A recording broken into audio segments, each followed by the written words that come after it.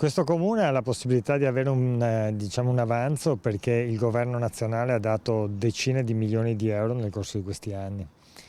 Io per primo, come lei sa, mi sono molto adoperato, a prescindere dal colore politico di questa amministrazione, perché quando siamo una città come la nostra, un territorio come il nostro, non dobbiamo vedere il colore politico, ma l'interesse dei cittadini. E di milioni ne sono arrivate a decine, non se ne vedevano da più di 20 anni a Venezia e nel territorio in generale.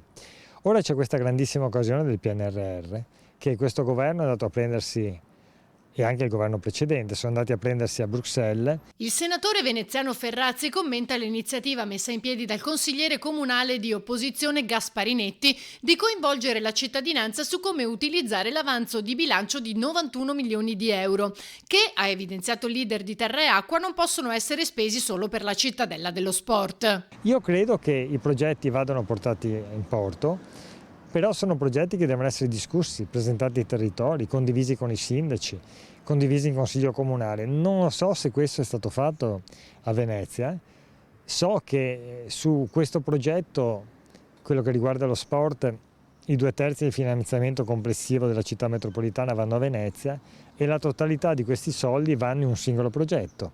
Si poteva forse fare diversamente, aiutare anche le associazioni sportive del territorio, quelle di base.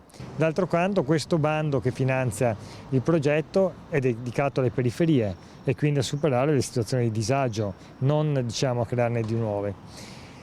È anche abbastanza particolare il fatto che poi si utilizzino, oltre a questi soldi dedicati solo a un progetto di questo tipo, anche 100 milioni del Comune di Venezia indebitandolo, quando ci sono asili nido appunto che vengono privatizzati. Ferrazzi condivide l'iniziativa di bilancio partecipato proposta da Terra e Acqua nel coinvolgere i cittadini attivamente. Quando ci sono progetti di questo tipo che costano circa 300 milioni di euro di soldi interamente pubblici, sarebbe il caso di chiedere ai cittadini cosa ne pensano e quali progetti vorrebbero invece essere finanziati.